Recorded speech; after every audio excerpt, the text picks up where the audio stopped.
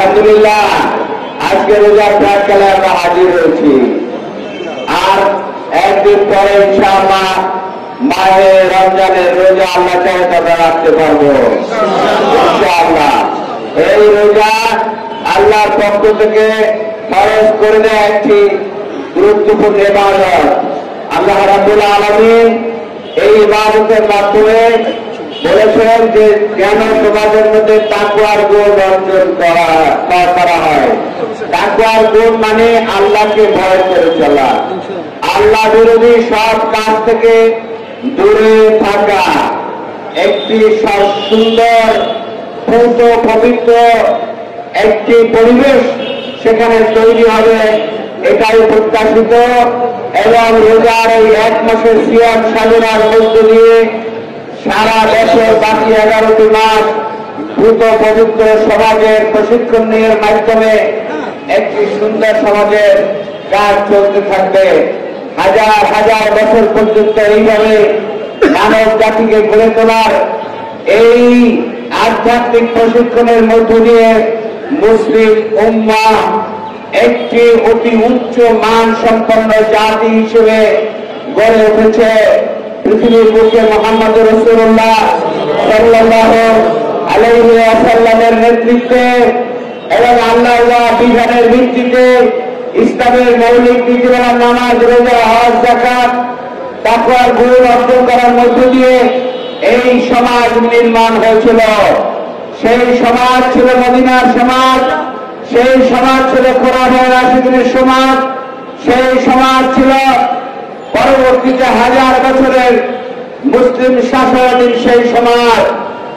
আজকে আমরা আমাদের এই সমাজ, এটা মুসলিম সমাজ, কিন্তু রোজা, নামাজ, যাকাত, হজের মধ্য দিয়ে যে উন্নত মানের সমাজ ছিল এবং প্রত্যাশিত সেই সমাজের চিত্র আমরা ইতিপূর্বে ইতিহাসে জানি দেখেছি। আমাদের আফসোস লাগে যে আমরা সেই সমাজ দেখি না। আফসোস লাগে রোজা যখন আসে তখন দ্রব্যমূল্যের ঊর্ধ্বগতি হয়। ব্যবসায়ী মুনাফাখোর যারা আছে, দুর্নীতিবাজ যারা আছে, তারা এই সময় তাদের পুঁজি বাড়ানোর বিরাট সুযোগ নেয়।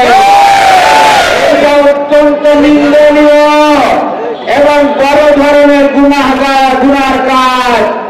আমরা দেখি অনেক জায়গায় আমাদের অমুসলিম বন্ধুরা বলে যে আপনাদের রোজার মাস, আমরা এই সময় পবিত্রতা এবং আমাদের মুনাফা আমরা কম নিতে চাই। আমাদের মুসলিম সমাজেও সেই চরিত্র আছে, কিন্তু একদল সুবিধাবাদ মুনাফিক বিশ্বাসঘাতক তারা সমাজকে কলুষিত করে নিজে আখের বোঝানোর জন্য শয়তানি প্রক্রিয়ায় এই ধরনের কাজ করে রোজার পবিত্রতা নষ্ট করতেও তারা দ্বিধা করে না। আজকে তাই আমরা বলতে চাই যে পবিত্র পরিবর্তিত পরিস্থিতির প্রেক্ষাপটে বৈষম্য বিরোধী একটি সফল অভ্যুত্থানের পরে আজকে আমরা সামনে যে রোজা পালন করতে চাই, সেই রোজা যেন পরিপূর্ণ পবিত্রতার সাথে আমরা উদযাপন করতে পারি। এই ব্যাপারে জাতি, সরকার, রাষ্ট্র সবাইকে সচেতন হতে হবে। সরকারের দায়িত্ব আছে রোজার পবিত্রতা ক্ষুণ্ণ হয় এমন ধরনের সকল কাজকে বন্ধ করে দিতে হবে। দ্রব্যমূল্যের ঊর্ধ্বগতি যাতে না ঘটে তার জন্য আইন শৃঙ্খলা রক্ষাকারী বাহিনী এবং বিভিন্ন ধরনের সংস্থার মধ্য দিয়ে দ্রব্যমূল্যের ঊর্ধ্বগতি নিয়ন্ত্রণের ব্যবস্থা করতে হবে। শুধু নিয়ন্ত্রণ নয়, বরং সুলভ মূল্যে যেন এই ব্যবস্থার মধ্য দিয়ে মানুষ ক্রয় মূল্যে অর্থাৎ পাইকারি মূল্যে যেন নিত্য প্রয়োজনীয় দ্রব্য সামগ্রী, বিশেষভাবে আমাদের রোজার সময় চাল, ডাল, তেল, তারপরে অন্যান্য ইফতার সামগ্রী সহ যে সমস্ত দ্রব্যমূল্য ঊর্ধ্বগতি হয়ে থাকে সেগুলো রোধ করার ব্যবস্থা করেন। ভাই এবং বোনেরা, আমাদের বন্ধুরা, আমরা বলতে চাই, বাংলাদেশ জামাত ইসলামের আমিরের জামাত একটি পদক্ষেপের আহ্বান জানিয়েছেন যে সারা বাংলাদেশের আমাদের সম্ভাব্য যে সমস্ত জায়গার সম্পদশালী অথবা সামর্থ্যবান ব্যক্তি বা ব্যবসায়ী আছেন, তারা এই সময় ন্যায্য মূল্যে দ্রব্য সামগ্রী সরবরাহের কোন ব্যবস্থা যদি করতে পারেন, তাহলে ক্রেতা সামগ্রী যারা সাধারণ মানুষ, তারা ন্যায্য মূল্যে সেই সমস্ত জিনিস খরিদ করে একটি স্বস্তিতে রোজা রাখতে পারে। ইতিমধ্যে বাংলাদেশে জামাত ইসলামের বিভিন্ন সংগঠন বিভিন্ন এলাকায় এটা শুরু হয়েছে।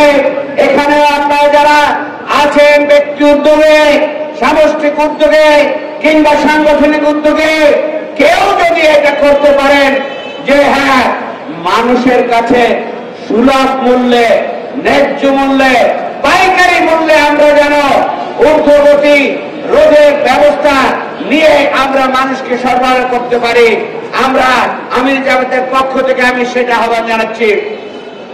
ভাই আমার আর কথা আমরা বলবো না। রোজার মধ্যে 11টি মাস সবাই যেন সুষ্ঠুভাবে রোজা আমরা রাখতে পারি।